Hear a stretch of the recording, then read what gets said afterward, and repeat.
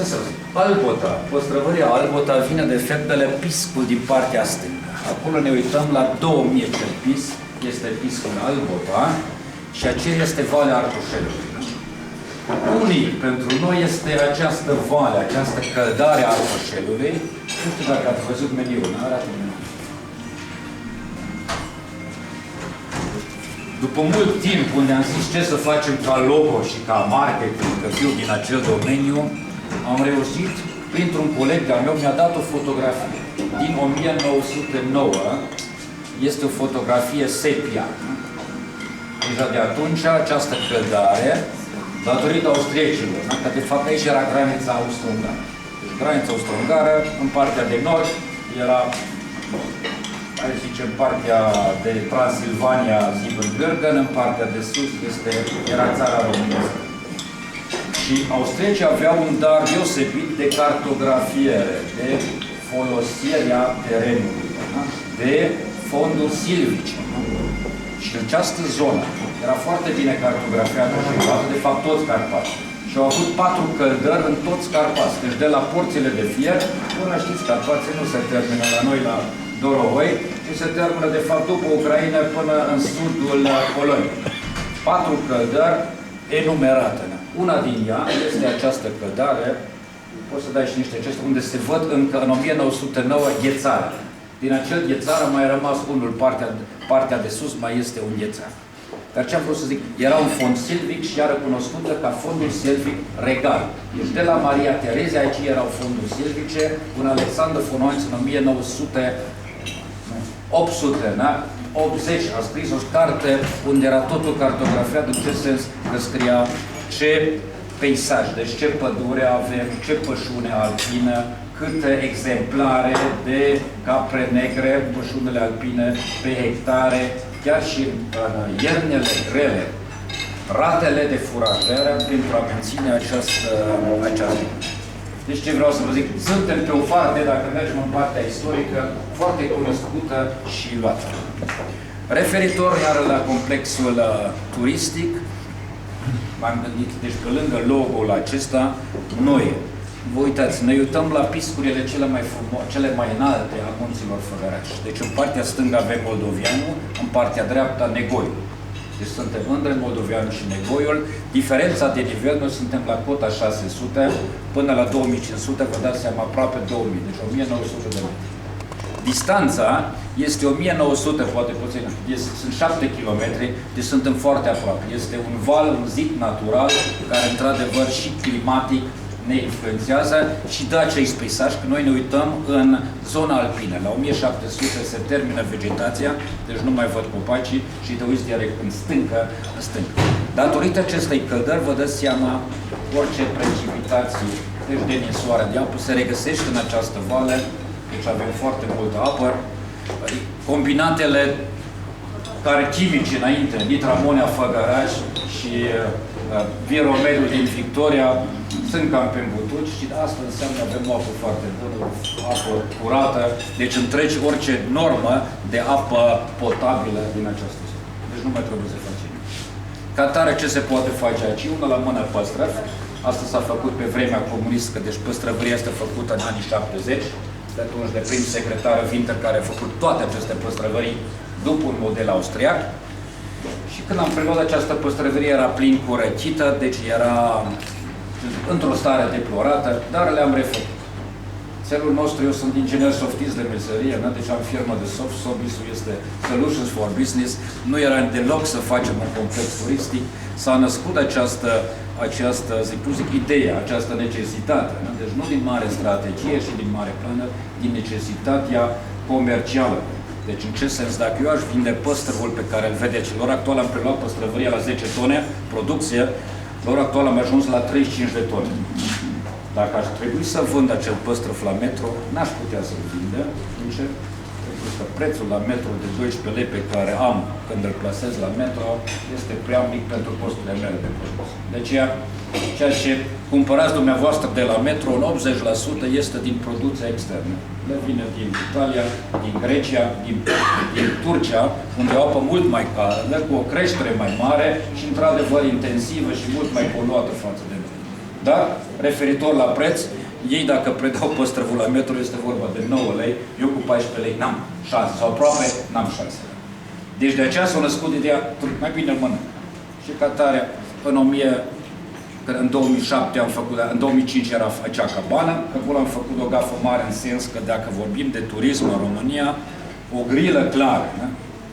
O știți? De unde începe turismul adevărat în România? Vorbesc acum pentru zonele rurale, da? Deci pentru pensiuni sau complex. Pleacă de la un autocar în sus. Deci asta e grila standard pe care regulă sunt. Deci trebuie să faci la 50 de persoane, vorbesc, să iasă mâncarea într-o jumătate de oră, spațiu de restaurant minim 50 de persoane și cazarea să împărțim 50 împărțit la 2, minim 25 de camere. Acolo am făcut gafe, aveam numai 15 camere, înseamnă pentru grupurile mari, eram prea mici. Și pentru grupurile mici, nu prea ești economic. Și dacă ai ospătar și dacă ai, și mă refer de asta, deci dacă nu vorbim de o, cum zice, familiară, de un agroturism familiar, vine, nu vine, ei, asta e, ne? Atunci trebuie, într-adevăr, această grilă depășită. Ne? Și aici, într-adevăr, se va cerna repede, ne? Situația în România, pot să rezist sau nu pot să rezist, în jos sau în sus. Ei, ce să zic, de persoana mea, deci, vă dați seama, vorbesc românește, sunt sas plecat, este născut în România, dar în 78 am plecat din Germania. Deci eu 25 de ani și m-am întors în 2003. Deci 25 de ani am stat în Germania și 25 de ani, de fapt, în România, luând în considerare și copilăria mea. Ce am făcut aici, de fapt, este, v-am zis, din necesitate de a valorifica păstrăvul, dar între timp acest model l-am extins. Deci așa cum oamenii puteți vizita păstrăvăria și avem încerciri închise. Deci dacă mergem sus, captăm apa, acea apă iar o folosim, avem hidrocentrala noastră, ne producem curentul electric, că și acolo suntem foarte vulnerabili când se închide curentul electric, că nu știu, durează 2 ore sau 2 zile. Nu-ți poți permite în turism să faci față dacă ai săl de frig, dacă ai înghețat și faci frig. Deci nu e posibil. Deci avem hidrocentrala propria, valorificăm apa, o oxigenăm și facem asta. Dacă mai mergem în jos și dacă doriți, vă arătăm, avem în spate atelierele noastre de prelucrare. Deci în spate avem afumătoria noastră și o mezelărie.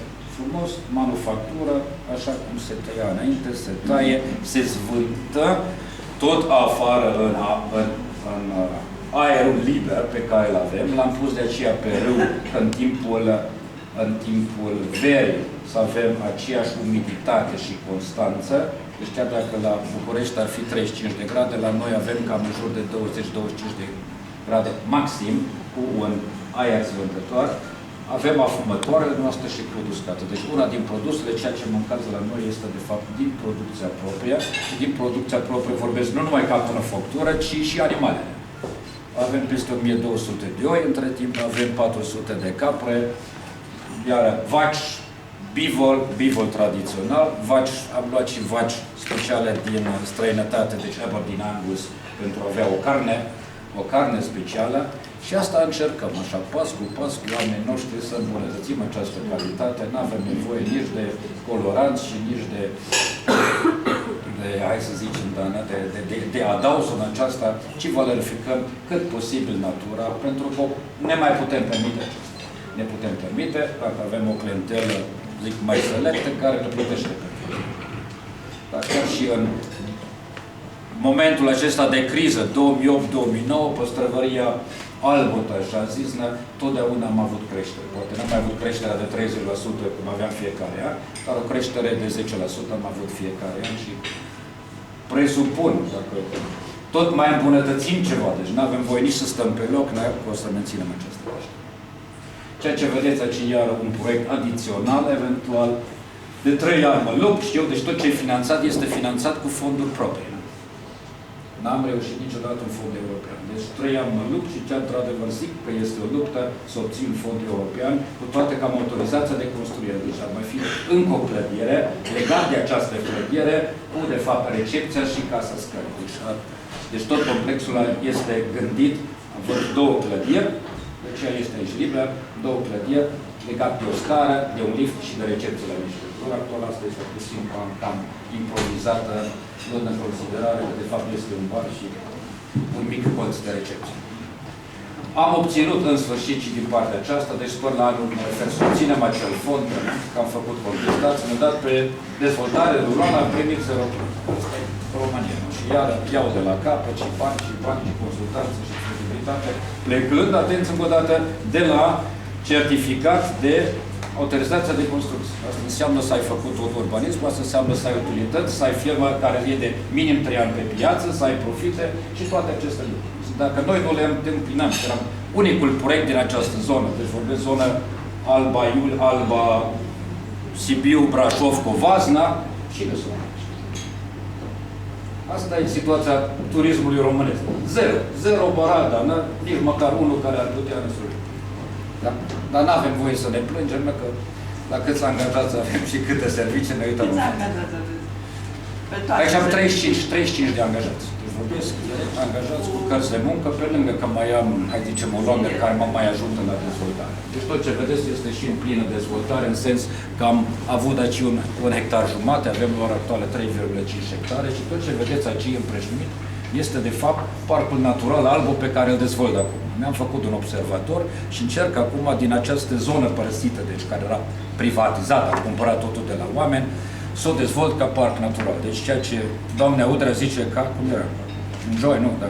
Discover the Carpathian Garden, să se poate vedea aici. Deci scoate mai întâi mușmoaiele, o împrejmuim ca să nu vină oierii și să ai întâmplări neplăcute, vorbesc de câini și așa mai departe. Da? O repopulăm cu animale și o fertilizăm ca această, hai zicem, pășune alpină să-și revină. Mă scuzați că vă întrerup, într-adevăr este foarte interesant ce spune domnul Müller, sunt foarte multe lucruri de spus despre complexul acesta. Este deja 8 și un sfert, dacă aveți întrebări, vă rog să le adresați domnului Müller, oricum mă rog dacă poate să vă lase câte o carte de vizită.